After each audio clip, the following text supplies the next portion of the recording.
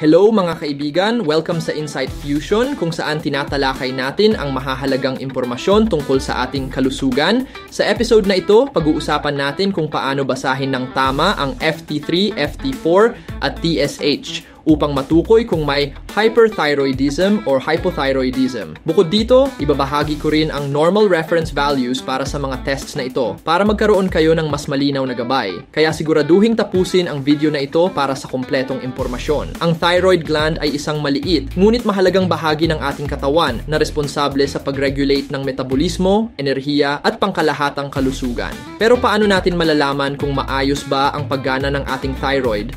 So ay sa pamamagitan ng FT3, FT4 at TSH, mga pangunahing tests na ginagamit upang suriin ang thyroid function. Narito kung paano sila dapat basahin. Sa TSH, thyroid stimulating hormone, normal range 0.4, 4.0 MIUL. Mataas na TSH ay karaniwang senyales ng hypothyroidism, kulang sa thyroid hormones.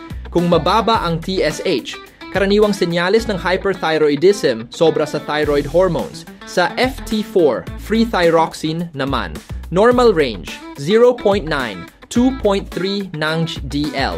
Kung mataas ang FT4, karaniwang senyales ng hyperthyroidism. Mababa na FT4 naman ay karaniwang senyales ng hypothyroidism. FT3, free triiodothyronine, normal range 2.3, 4.2 pg/ml.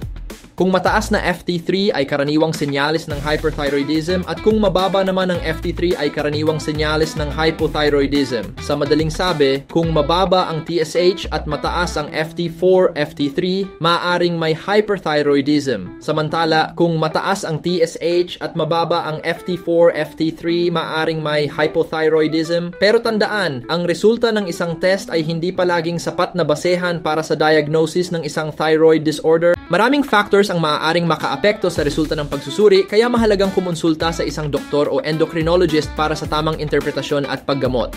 Sana ay nakatulong ang video na ito sa inyong pag-unawa kung paano basahin ang FT3, FT4 at TSH. Kung nagustuhan mo ang video na ito, huwag kalimutang mag-like, mag-subscribe at i-click ang notification bell para updated ka sa susunod na mga health topics. Kung may tanong ka o nais mong mag-request ng ibang medical topics, i-comment mo lang sa ibaba at baka yan na ang susunod nating pag-usapan. Maraming salamat sa panunood at lagi nating tandaan, ang kalusugan ay kayamanan. Hanggang sa susunod na video.